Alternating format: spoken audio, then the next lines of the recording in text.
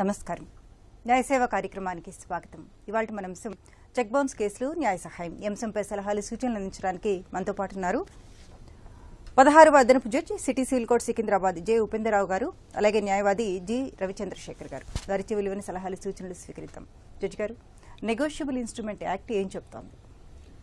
Negotiable instrument act introduce చేయడానికి కారణం ఏంటంటే ఫైనాన్షియల్ ట్రాన్సాక్షన్స్ స్మూత్గా ఫంక్షన్ చేయడం కోసము, ట్రస్ట్ క్రెడిబిలిటీ ఉండటం కోసం అనేది ఈ యాక్ట్ని ఎనాక్ట్ చేయడం జరిగిందండి 1881లో.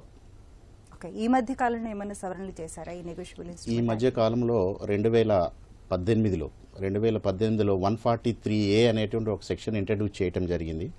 ఆ సెక్షన్ యొక్క ఉద్దేశం ఏమిటంటే కేసు కంప్లీట్ కాకముందు, కేసు పెండింగ్ ఉండగా కూడా ఇంటీరియం కాంపెన్సేషన్ కంప్లైనెంట్ పొందవచ్చు ఎక్యూజ్డ్ దగ్గర నుంచి అనేటువంటి అదొకటి ఇంట్రడ్యూస్ చేశారండి యాక్ట్లో. ఓకే, లాయర్ గారు, అలానే చెక్కులు ఇచ్చేటప్పుడు ఎలాంటి జాగ్రత్తలు తీసుకోవాలి?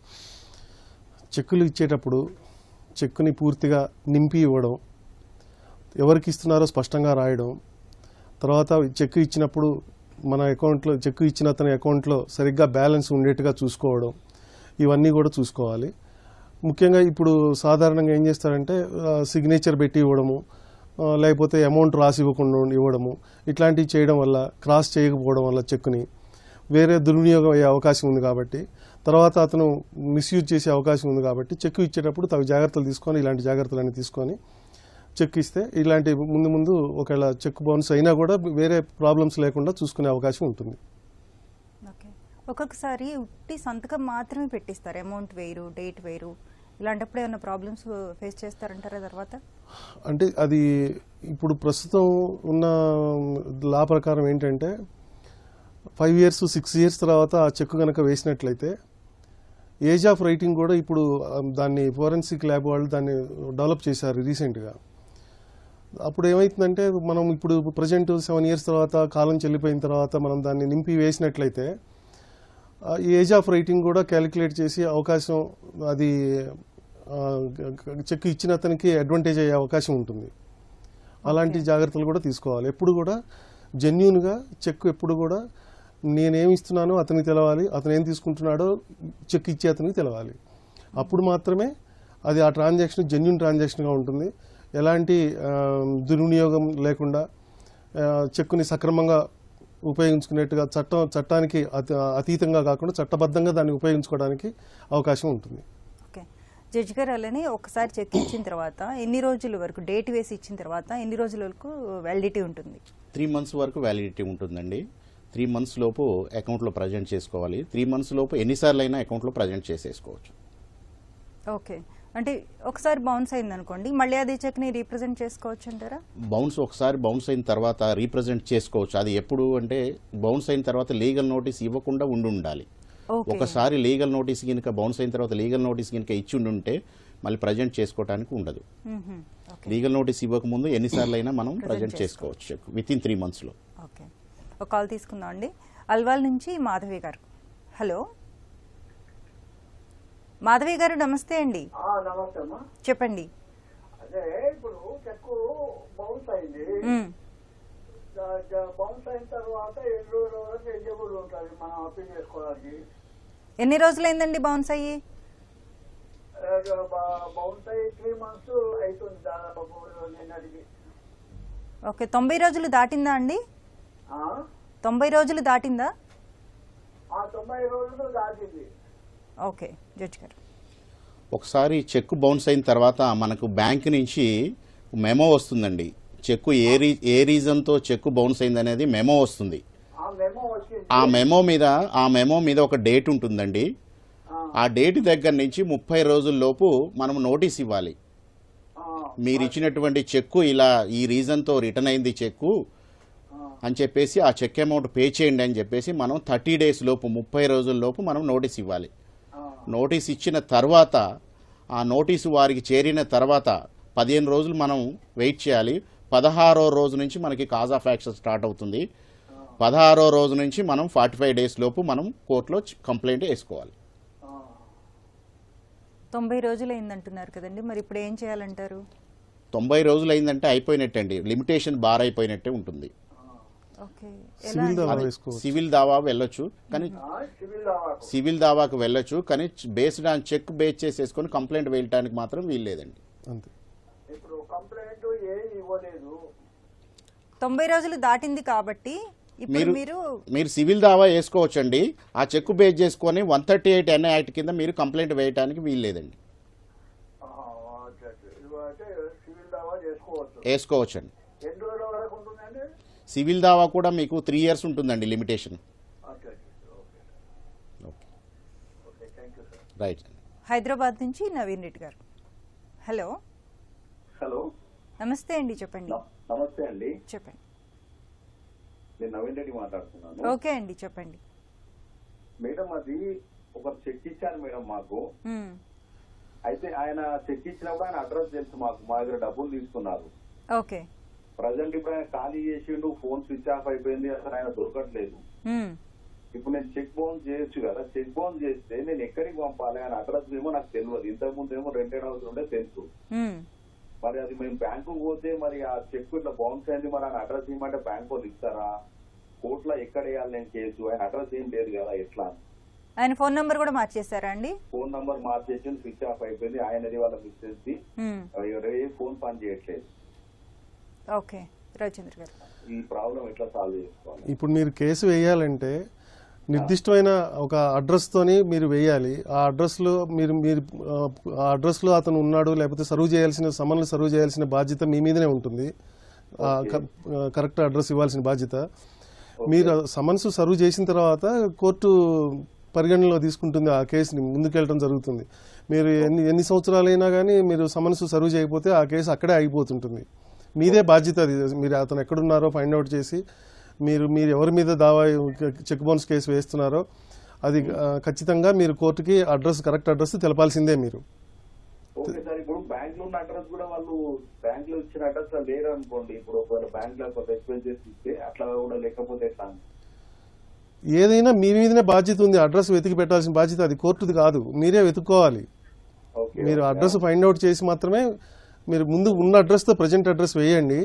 ప్రజెంట్ అడ్రస్ వేసి మీ దగ్గర అథారిటేటివ్గా ఉన్న అడ్రస్తో వేయండి. ఆ అడ్రస్కి సమన్లు పంపించండి. అక్కడ సర్వ్ కాకపోతే నెక్స్ట్ వారెంట్ అవుతుంది. ఆ వారెంట్ మీరు ఎక్కడున్నా కానీ తీసుకొచ్చే అవకాశం ఉంటుంది ఆ వారెంట్ మీద. జడ్జి గారు చాలా సందర్భాల్లో ఇలాగే అవుతుంటుంది, అబ్స్కాండ్ అయిపోతుంటారు చెక్ తీసేసుకొని.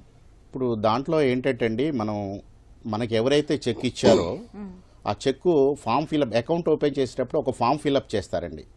ఆ ఫామ్లో మెయిల్ ఐడి, ఫోన్ నెంబరు అవి ఇస్తారు.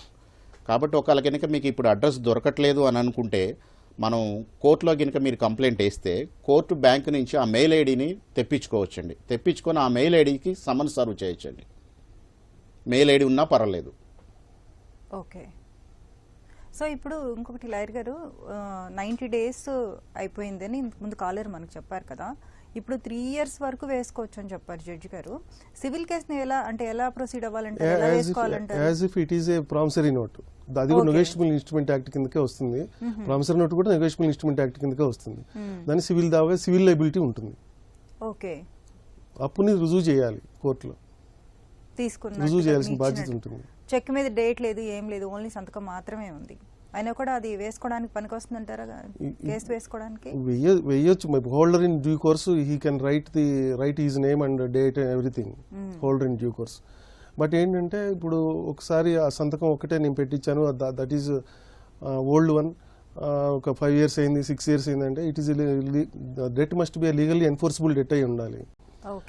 అది fundamental basic ingredient of the 138 NI act. Debt legally enforceable debt కానప్పుడు ఆ చెక్కు కేసు కొట్టివేయడం జరుగుతుంది. అది కాలం చెల్లిన కేసుగా పరిగణించబడినప్పుడు మాత్రం ప్రూవ్ చేయగలిగితే కనుక అక్యూజ్డ్, అది ఖచ్చితంగా కూడా ఆ కేసు వీగిపోయే అవకాశం ఉంటుంది. మరో కాల్ తీసుకుందాం అండి. మంగళగిరి నుంచి దానయ్య గారు. డానియల్ గారు నమస్తే అండి, చెప్పండి. నమస్తే అండి. హలో, చెప్పండి. నేను ఒక ఆయన డబ్బులు అడిగితే ఫోన్ పే చేశానండి 1919లో. ఓకే. ఇప్పుడు కొంచెం కాగితం ఏం లేదు నా దగ్గర. ఎంత అమౌంట్ అండి? మాట్లాడలా. ఎంత అమౌంట్? 15,000 అండి. ఓకే. ఇప్పుడు మీ మనీ ఇవ్వనంటున్నారు అంతేనా? అసలు మా ఫోన్ చేసి ఎక్కట్లేదండి. ఇప్పుడు ఆయన అకౌంట్ నాకు తెలియదు. ఓకే జడ్జి గారు, చాలా మంది ఈ మధ్యకాలంలో ఫోన్ పే యూజ్ చేస్తున్నారు కాబట్టి మీరు- క్యాష్ ట్రాన్సాక్షన్స్ అన్ని ఇలాగే అవుతున్నాయి. మీరు ఫోన్పే ద్వారా చేశారు కాబట్టి మీకు బ్యాంక్ అకౌంట్ స్టేట్మెంట్లో మీరు ఫోన్పే ద్వారా పే చేసినటువంటిది స్టేట్మెంట్ ఉంటుందండి, బ్యాంక్ స్టేట్మెంట్. సార్ ఆ బ్యాంక్ స్టేట్మెంట్ చేసేసుకొని మీరు సివిల్ సూట్ వేసుకోవచ్చండి. సరే సార్. అది కూడా మీరు ట్రాన్స్ఫర్ చే చెక్ ఇచ్చేసారు నాకు. అది చెక్ ఉందా? చెక్ ఉంది. కానీ అది ఇప్పుడు 19 ఇచ్చిన చెక్ సార్, 2019 ఇచ్చిన చెక్. అది డేట్ వేసారా చెక్ మీద? ఏలేనండి. చెక్ మీద డేట్ వేయలేదు కాబట్టి ఇప్పుడు మీరు డేట్ వేసి మీరు చెక్ ప్రజెంట్ చేసినా కూడా సార్ అతను వచ్చేసేసి గినక అది ఒపీనియన్ గినక పంపిస్తే ఇది పాత చెక్కు అని చెప్పేసి అది తేలితే కేసు మీరు వేసినా కూడా అది కేసు నిలబడదండి. తెలుపుతుంది సార్. అది నిలబడదండి, ఎందుకంటే మీరు డేట్ లేదు కదా. ఇప్పుడు మీరు డేట్ వేయాలంటే మీరు ఏం చేయాలి, మీరు వేసుకోవాలి ఆ డేటు. అవునండి. రేపు అతను వచ్చేసి నేను ఎప్పుడో 2019లోనో ఎప్పుడో ఇచ్చాను 5 years బ్యాక్ అని గినక అతను ఈ చెక్కుని ఒపీనియన్కి పంపించండి అని గినక ఎక్స్పర్ట్కి పంపిస్తే, అది రైటింగ్స్కి పంపిస్తే అది ఏమొస్తుందంటే మీకు ఎగనెస్ట్గా వస్తుంది. అవునండి. అప్పుడు ప్రాబ్లం అవుతుందండి, కేసు నిలబడదండి. సరే సార్. మీరు సివిల్ సూట్ వేసుకోవచ్చండి. మీరు ఆ బ్యాంక్ స్టేట్మెంట్ బేస్ చేసేసుకొని మీరు సివిల్ సూట్ వేసుకోవచ్చు. మంచిది సార్. Thank you. అది కూడా మీరు ట్రాన్స్ఫర్ చేసిన దగ్గర నుంచి 3 years లోపు వేసుకోవాలి. మరో కాల్ తీసుకుందాం అండి. హైదరాబాద్ నుంచి రామిరెడ్డి గారు. హలో మేడం నమస్తే అండి, నమస్తే మేడం. చెప్పండి. అది అమౌంట్ ఎంత ఎక్కువ పెద్ద అమౌంట్ ఉండాలా చిన్న అమౌంట్ ఉన్నా వేసుకోవచ్చా మేడం అట్లా? అసలు సమస్య ఏంటండి? సార్ నాకు ఒక అతను అమౌంట్ ఇవ్వాల్సింది తెప్పిస్తాడు మేడం. మ్మ్. అయితే అతను ఇప్పుడు ఇల్లు కూడా ఎక్కడ ఉందో తెలియదు, తెప్పించాడు. అయితే డేటు ఏం లేదు, సైన్ చేశారు కానీ. ఓకే, ఎన్ని ఇయర్స్ అయిందండి? అవి ఇప్పుడు ఇచ్చేసి కూడా 7-8 months అవుతున్నారా? 7-8 months. ఓకే, అమౌంట్ ఎంత అండి? 10,000. ఓకే జడ్జ్ గారు, ఇప్పుడు ఎంత అమౌంట్కైనా చెక్ ఇస్తే చెక్ బౌన్స్ కేసు వేసుకోవచ్చండి. అది అట్లా ఏం చేయాలి సార్? నాకు అలా ప్రాసెస్ తెలియదు. చెక్కులో డేట్ వేసారా? చెక్ కూడా డేట్ లేదు, సైన్ చేసి సైన్ ఒకటి చేశాడు. ఓన్లీ సంతకం పెట్టేసి బ్లాంక్ చెక్ ఇచ్చారు మీకు. అమౌంట్ అన్నా రాశారా చెక్లో? అమౌంట్ ఏం రాయలేదు. సైన్ బ్లాంక్ చెక్ ఇచ్చారు మీకు. ఆ సైన్ బ్లాంక్ చెక్ అంటే ఇప్పుడు మీరు ఏం చేయాలి, డేట్ వేసేసుకోవాలి, ఆ అమౌంట్ ఫిల్అప్ చేసేసుకోవాలి. పొరపాటున మీరు అలా చేసి వేసుకున్నారనుకోండి, అతను గినక మనకు ఒపీనియన్ గినక పంపించేస్తే ఇది నేను సైన్ బ్లాంక్ చెక్ ఇచ్చాను ఒక 6 months బ్యాక్ 1 year బ్యాక్ అని గినక ఆయన ప్రూవ్ చేసుకోగలిగితే ఆ సందర్భాల్లో మీరు వేసేటువంటి కంప్లైంట్ నిలబడదండి. నిలబడదండి. ఎందుకంటే సార్? ఎందుకంటే మీరు డేట్ లేదు కదా, మీరు వేసేసుకుంటున్నారు కదా డేట్. ఇప్పుడు అతను ఇచ్చింది యాక్చువల్గా మీకు అతను ఇచ్చింది ఎప్పుడో కదా, 8 months బ్యాక్ కదా చెక్. అవును, 8 months అవుతుంది. ఇప్పుడు మీరు డేట్ వేసేస్తారు కదా, రేపు అతను వచ్చేసి అదే అంటాడు, నేను 8 months బ్యాక్ ఇచ్చాను, నేను సైన్ బ్లాంక్ చెక్ ఇచ్చాను, నేను డేట్ వేయలేదు, ఓన్లీ సంతకం పెట్టించాను, ఇది ఒపీనియన్ పంపించండి అని కనుక పంపిస్తే రైటింగ్స్ లో తేడా వస్తే ప్రాబ్లం వస్తుంది. ఎస్, మీరేమైనా ఉంటే మీరు ప్రామిసరీ నోట్ కనుక ఉంటే మాత్రం సివిల్ దావా వేసుకోవచ్చు, సివిల్ సూట్ వేసుకోవచ్చు మీరు. జడ్జి గారు, అలా అయితే ఇప్పుడు ఉట్టి సైన్ మాత్రం చేసిన చెక్కుల్ని యాక్సెప్ట్ చేయకూడదంటారా? సైన్ బ్లాంక్ చెక్స్ ఏమిస్తారంటే, సైన్ బ్లాంక్ చెక్ ఇచ్చినప్పుడు మనం ఎవరికైతే ఇస్తున్నామో వాళ్ళు దాన్ని మిస్యూజ్ చేసే అవకాశం ఉంటుంది. ఎందుకంటే సపోజ్ మనం తీసుకుంది 1,00,000 అనుకోండి, వాళ్ళు 10 లక్షలకు ఫిల్అప్ చేసేసుకోవచ్చు, వాళ్ళు ఇష్టం వచ్చినటువంటి డేట్ వేసేసుకోవచ్చు. కాబట్టి అసలు సైన్ బ్లాంక్ చెక్ ఇవ్వటం అనేది కరెక్ట్ కాదు, ఒకవేళ తీసుకోవడం కూడా కరెక్ట్ కాదు. ఒకవేళ మనం ఇచ్చినా కూడా మనం సిగ్నేచర్ కింద డేట్ అన్న వేయాలి. మనం చెక్ మీద సంతకం పెడతాం కదా, దాని కింద డేట్ అన్న వేయాలి. డేట్ వేస్తే అప్పుడు తెలిసిపోతుంది మనం ఎప్పుడు ఇచ్చాం చెక్ ఏంటనేది తెలిసిపోతుంది. డేట్ వేసినప్పుడు అది చెల్లుబాటు ఆ డేట్ లోపు చేసుకోవాలి. మనం డేట్ వేసిన దగ్గర నుంచి 3 months ఉంటుంది. 3 months లో ప్రజెంట్ చేసుకోవాలి. ఆ డేట్ లో ఒకసారి మనం సంతకం కింద డేట్ వేసామనుకోండి, వాళ్ళు పైన చెక్ పైన వాళ్ళు సొంతంగా డేట్ వేసుకోవడానికి లేదు, మనం ఏదైతే సంతకం పెట్టేసామో అదే డేట్ వేసేసి వేయాలి. అలా ఉంటుంది. ఓకే, విజయవాడ నుంచి శ్రీనివాసరావు గారు. హలో శ్రీనివాసరావు గారు, నమస్తే అండి, చెప్పండి. హలో నమస్తే అండి, చెప్పండి. విజయవాడ కంటే మేము విజయవాడలో ఉన్నాం కానీ నేను మా ఇంటి పక్కన ప్రతి చేసేసి 20 లక్షల రూపాయలు బ్యాంక్ ద్వారా ఇచ్చామండి, క్యాష్. ఓకే, బ్యాంక్ ద్వారా ఇచ్చాం. అతను రీల్స్ లో కాకుండా అతను గుంటూరు డిస్టిక్ వెళ్ళిపోయి ఉన్నారండి. ఇప్పుడు నేను అతని అడ్రస్ అంతా కూడా విజయవాడలో ఇచ్చారు అప్పట్లో. ఓకే. ఇప్పుడు విజయవాడ ఇప్పుడు కృష్ణా అదే ఎన్టీఆర్ డిస్టిక్ విజయవాడలో కోర్టులో కేసు వేసుకోవస్తే గుంటూరులో వేయాలండి. ఓకే లాయర్ గారు, ఇప్పుడు మీకు అకౌంట్ ఎక్కడుందండి? సార్ మీ అకౌంట్ ఎక్కడుంది? విజయవాడలో ఉంది. మీ అకౌంట్లో చెక్ డిపాజిట్ చేస్తారు. మీ అకౌంట్ దగ్గరే మీ అకౌంట్ ఎక్కడైతే ఉంటుందో అక్కడ చెక్ బౌన్స్ అవుతుంది. కాబట్టి ఆ కోర్టు మీరుండే బ్యాంకు అకౌంట్ ఏ కోర్టు జ్యూరిడిక్షన్లో అయితే ఉంటుందో ఆ కోర్టులో వేసుకోవాలి. ఓకే ఓకే, అంటే విజయవాడ అయితే మీ బ్యాంక్ అకౌంట్ విజయవాడలో ఇచ్చా విజయవాడ వేసుకోవచ్చు. అతను గుంటూరు వెళ్తున్నాడు. Okay okay. Thank you sir. Judge గారు, చెక్ బౌన్స్ అంటే ఏ సందర్భాల్లో అవుతుంది? చెక్ బౌన్స్ కావడానికి చాలా రీజన్స్ ఉంటాయండి. ఎందుకంటే అకౌంట్ క్లోజ్ చేయొచ్చు, ఎక్సీడ్స్ ది అమౌంట్స్ ఉండొచ్చు, ఇన్సఫిషియెంట్ ఫండ్స్ ఉండొచ్చు, సిగ్నేచరు ఎవరైతే చెక్ మీద సంతకం పెడుతున్నారో ఆ సిగ్నేచర్ వాళ్ళ బ్యాంకులో ఉన్న రికార్డు ప్రకారం మ్యాచ్ కాకపోవచ్చు. ఇవన్నీ రీజన్స్ ఉన్నాయి. లేదంటే స్టాప్ పేమెంట్ ఇన్స్ట్రక్షన్స్ ఇవ్వచ్చు. ఎవరైతే చెక్ ఇచ్చారో వాళ్ళే ఒకసారి మనకు చెక్ ఇచ్చిన తర్వాత స్టాప్ పేమెంట్ ఇన్స్ట్రక్షన్స్ ఇస్తారు బ్యాంకు. ఆ సందర్భాల్లో కూడా చెక్ రీజ్ అన్నారు. ఓకే, మరో కాల్ తీసుకుందాం అండి. మహబూబ్ నగర్ నుంచి శరత్ బాబు గారు. హలో. హలో, నమస్తే మేడం. చెప్పండి శరత్ గారు. హలో. హలో మేడం, నమస్తే మేడం. నమస్తే అండి, చెప్పండి. నేను నల్గొండ నుంచి కాల్ చేస్తున్నాను మేడం. ఓకే. అదే ఒకరు ఇల్లు అమ్ముతారని అడ్వాన్స్ తీసుకున్నారు మేడం, 50,000.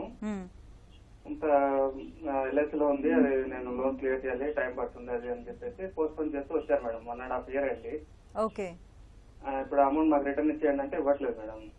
ఏ రీజన్ తో ఇవ్వట్లేదండి? ఏమంటారు? అదే నేను అమ్మను ఇప్పుడు అని అంటున్నాడు ఆయన. ఇప్పుడు ఎలా దాన్ని అమౌంట్ రికవర్ చేయాలి మేడం? ఓన్లీ మా ఫోన్ పే ఒకటే ట్రాన్స్ఫర్ చేశాం అనమాట. ఓకే లాయర్ గారు, ఫోన్ పే ద్వారా ట్రాన్స్ఫర్ చేసినప్పుడు సివిల్ దావా వేసుకోవచ్చు. చెక్కులు ఏమి ఇవ్వలేదు కదా. ఇవ్వలేదు సార్. ఆ ట్రాన్సాక్షన్స్ పెట్టి మీరు రికవరీ కోసం మీరు కోర్టులో సివిల్ దావా వేసుకోవచ్చు. Okay sir. Okay sir. Okay. అలాగే చెక్ తీసుకునేటప్పుడు ఎలాంటి జాగ్రత్తలు తీసుకోవాలండి? ఇచ్చేటప్పుడు ఇందాక చెప్పారు, మనం చెక్ తీసుకునేటప్పుడు కూడా అప్పుడు ఎలాంటి జాగ్రత్తలు తీసుకోవాలి? అప్పుడు కూడా జెన్యూన్ గా మొత్తం చెక్ మొత్తం నింపేసి డేట్ తో సహా వేసి తీసుకొని, ఒకవేళ డేట్ అయిపోయేటట్టుంటే మళ్ళీ వేరే చెక్ తీసుకొని ట్రాన్సాక్షన్స్ అట్లా కంటిన్యూ చేయాలి. స్మూత్ ఫంక్షనింగ్ కోసం అలా ట్రాన్సాక్షన్ జెన్యూన్ గా ఉండాలి.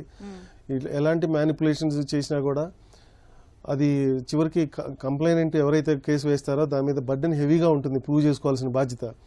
అందుకని ఇలాంటి మనం నింపుకొని వేసుకోవడం, మనం ఎక్స్ట్రా అమౌంట్ చాలా వేసుకొని పెట్టుకోవడం, 1 లక్ష ఇస్తే 10 లక్షలు వేసుకోవడం, ఇలాంటి చేసినప్పుడు మనం ఖచ్చితంగా ఆ ట్రాన్సాక్షన్ ప్రూవ్ చేయాల్సిన బాధ్యత కూడా ఉంటుంది. కాబట్టి అవన్నీ ఆలోచించుకొని చెక్ జాగ్రత్తగా కరెక్ట్గా మనకు ఎంత లైబిలిటీ ఉందో అంతవరకు నింపుకొని, మనం ఇచ్చినప్పుడు ఏ విధంగా ఇచ్చామో అది ఆ ప్రూఫ్ చూసుకొని, అలాంటి ప్రూఫ్స్ అన్ని చూసుకొని ఆ చెక్ని మనం నింపుకుంటే ఆల్రెడీ అన్ని కాలమ్స్, డేటు, ఎవరికి రాశారు చెక్కు, సంతకము, అమౌంట్ ఇన్ వర్డ్స్ అన్నీ కూడా కాలం మొత్తం కూడా అన్ని కాలమ్స్ నింపిన తర్వాత ఆ చెక్ని మనం తీసుకుంటే అది జెన్యూన్గా ఉంటుంది.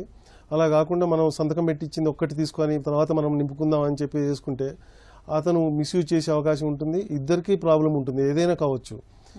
Burden heavily lies on the complainant. ఎప్పుడైతే చెక్ ఎవరైతే కేసు వేస్తారో ఇవన్నీ కూడా అబ్జెక్షన్ చేసినప్పుడు ప్రూవ్ చేసుకోవాల్సిన బాధ్యత ఉంటుంది ఇనిషియల్గా. తర్వాత మాత్రమే అతని మీద బర్డెన్ షిఫ్ట్ అవుతుంది అక్యూజ్డ్ మీద. అందుకని ఇలాంటి జాగ్రత్తలన్నీ తీసుకోవాలి. ఇంకో థింగ్ ఏంటంటే మనం చూసుకోవాల్సింది కూడా ఏంటంటే మనకు చెక్ ఇచ్చే అతను నిజంగా అకౌంట్ హోల్డరా కాదా అది కూడా చూసుకోవాలి. ఇప్పుడు కామన్గా ఏం జరుగుతుందంటే సపోజ్ హస్బెండ్ అప్పు తీసుకుంటాడు, చెక్ హస్బెండ్ అకౌంట్కి సంబంధించిందే చెక్, కానీ వైఫ్ సంతకం పెట్టేసి ఇచ్చేస్తారు. ఆ సందర్భాల్లో కూడా అది కూడా కరెక్ట్. మనకు చెక్ ఇచ్చేవాళ్ళు నిజంగా అకౌంట్ హోల్డరా కాదా, ఆ అకౌంట్కి సంబంధించినటువంటి హోల్డరా కాదా అది కూడా చూసుకోవాల్సిన బాధ్యత ఉందన్నమాట. కొన్ని సందర్భాలు ఏం చేస్తారంటే వైఫ్ ఇచ్చిన దానికి హస్బెండ్ సంతకం పెట్టిస్తారు, వైఫ్ చెక్ మీద హస్బెండ్ సంతకం పెట్టిస్తారు. చూసుకోవాల్సిన బాధ్యత మనం. నేమ్ ఉంటుంది, ఎవరైతే చెక్ ఇస్తున్నారో వాళ్ళ నేమ్ ప్రింట్ అయి ఉంటుంది. ఇప్పుడు కొత్త చెక్స్ అన్నిట్లో కూడా ఇదివరకు ఉండేది కాదు. ఉన్నా కూడా సిగ్నేచర్ పెట్టి ఇస్తున్నారు. ఇప్పుడు ఉంటే కూడా సిగ్నేచర్ వైఫ్ ఉంటే హస్బెండ్ది పెట్టడం, సార్ మన జడ్జి గారు చెప్పినట్లు అట్లా చేస్తున్నారు. మనం నేమ్ ఉన్నప్పుడు మన ఎదురుగానే మన సంతకం పెట్టి తీసుకోవాలి, ఎవరి నేమ్ ఉంటే వాళ్ళు. ఓకే, మరో కాల్ తీసుకుందాం అండి. హనుమకొండ నుంచి సాగర్ రావు గారు. హలో సాగర్ గారు, చెప్పండి. హలో మేడం, చెప్పండి. నేను ఒక డబ్బులు ఇచ్చానండి. ఓకే, హలో వినిపిస్తోంది, చెప్పండి. అసలు మాకు ఏంటంటే 1 ఇయర్ ముందు మాకు చెక్ ఇచ్చారు. ఆఫ్టర్ 1 ఇయర్ డేట్ వేసి అప్పుడే చెక్ ఇచ్చారు. ఆ చెక్ ఇప్పుడు మేము వేసుకుంటే తెలుస్తుందా? ఓకే, జడ్జి గారు. చెక్ మీద డేట్ ఎప్పుడు ఇచ్చారండి? ఏ డేట్ ఇచ్చారు? బిఫోర్ 1 ఇయర్ 25 తీసుకున్నాను, 26 డేట్ ఇచ్చారు. ఇప్పుడు ఏంటండి 2011లో ఆర్బీఐ ఒక సర్క్యులర్ ఇచ్చిందండి. ఇంతకుముందు చెక్కు 6 months లోపు వేసుకోవచ్చు. 2011 నుంచి మనం ఆ చెక్కు మీద వేసిన డేట్ దగ్గర నుంచి 3 months లోపే మనం చెక్కు ప్రజెంట్ చేసుకోవాలి. 3 months దాటితే ల్యాప్స్ అయిపోతుందండి. డబ్బులు ఇచ్చి 1 ఇయర్ తర్వాత ఇస్తాను. ఆ చెక్ ఏంటంటే 1 ఇయర్ అప్పుడు డేట్ ఇచ్చాడు. ఇప్పుడు జూలై 10, 2026 డేట్ ఇచ్చాడు. మాకు 25 ఇచ్చాడు ఆ చెక్. అది జూలై డేట్ ఇచ్చారు అంటే మీరు చెప్పేది ఏంటంటే అది పోస్ట్ డేటెడ్ చెక్ ఇచ్చారు.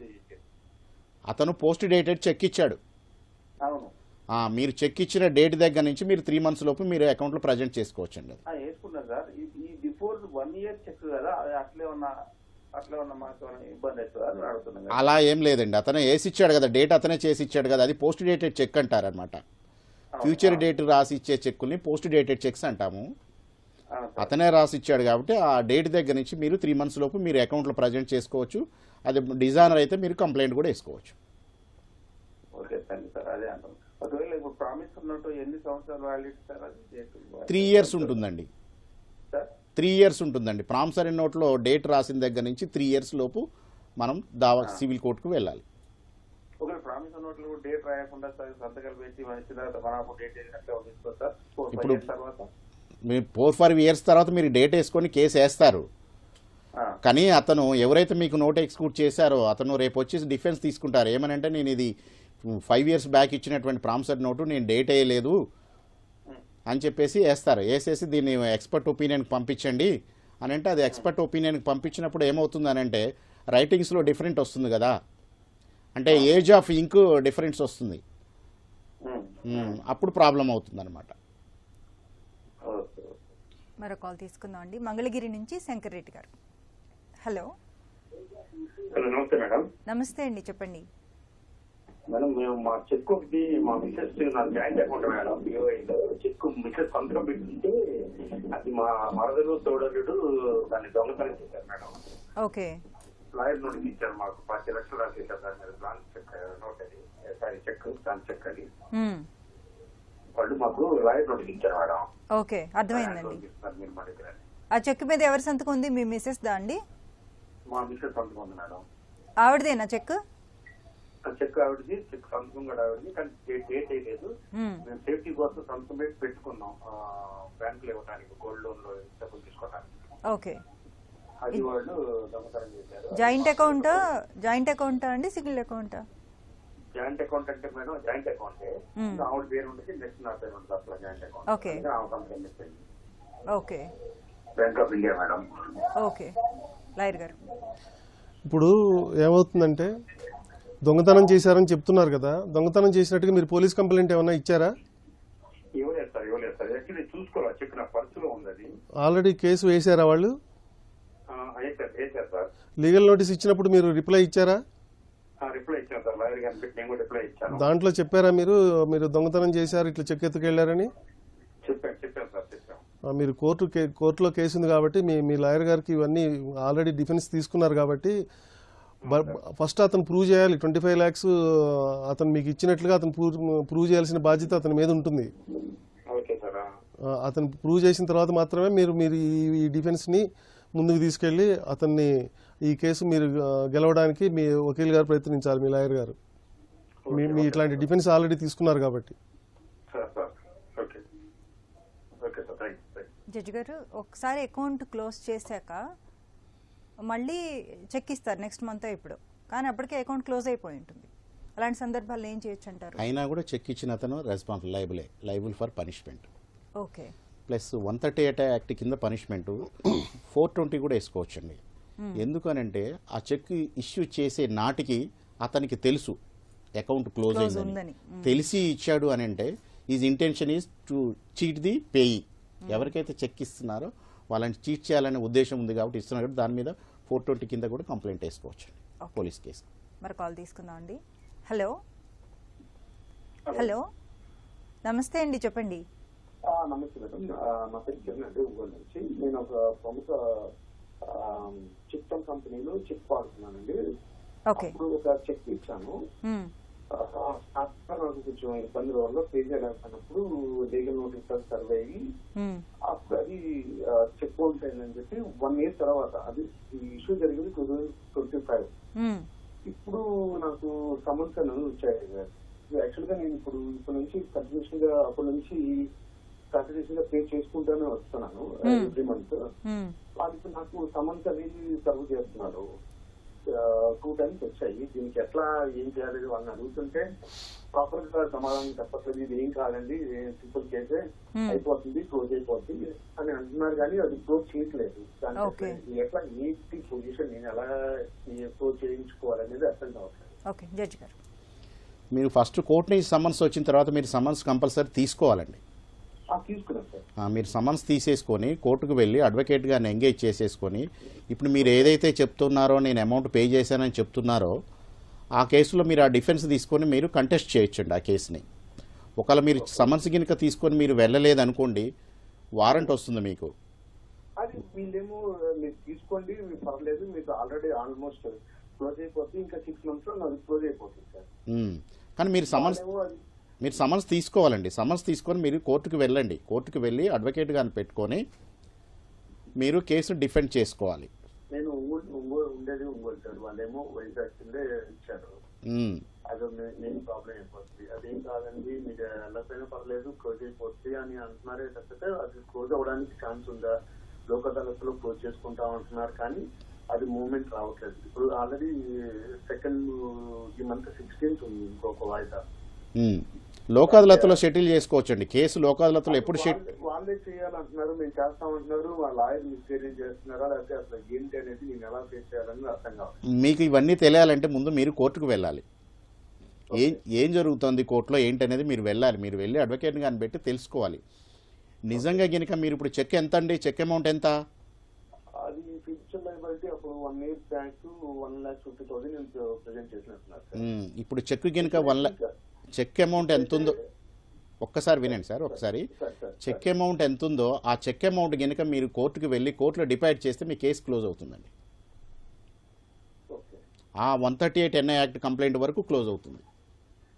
ఇప్పుడు ఇది నాకు రెగ్యులర్ గా పే చేసుకుంటూ ఉన్నాను కదా, దానికి కూడాను ఈ ప్రాబ్లం చేయాల్సిందేనా? నేను ఇష్యూ ఇప్పుడు మీరు రెగ్యులర్ గా పే చేస్తున్న సంగతి మీరు కోర్టుకు వెళ్ళి చూపిస్తేనే కదా తెలిసేది. మీ మీద కేసు వేసిన అతను చూపెట్టాడు, పే చేస్తున్నాడని చెప్పడు. మీరు పే చేస్తున్నారు కాబట్టి మీరే కోర్టుకు వెళ్ళి నేను పే చేస్తున్నాను, ఈ అమౌంట్ సోన్స్ అని మీరు చెప్పాల్సిన బాధ్యత మీదే ఉంటుంది. చెప్పాలి అక్కడ అడ్వకేట్ గారిని పెట్టుకొని చెప్పండి అక్కడ. థ్యాంక్ యూ సో మచ్ అండి. రైట్. ఇప్పటి వరకు మనం చెక్ బౌన్స్ కేసులు న్యాయ సహాయం అంశంపై సలహాలు సూచనలు స్వీకరించాం. వచ్చే శనివారం 9:30 న్యాయసేవ కార్యక్రమంలో మళ్ళీ కలుసుకుందాం. అంతవరకు సెలవు. నమస్కారం.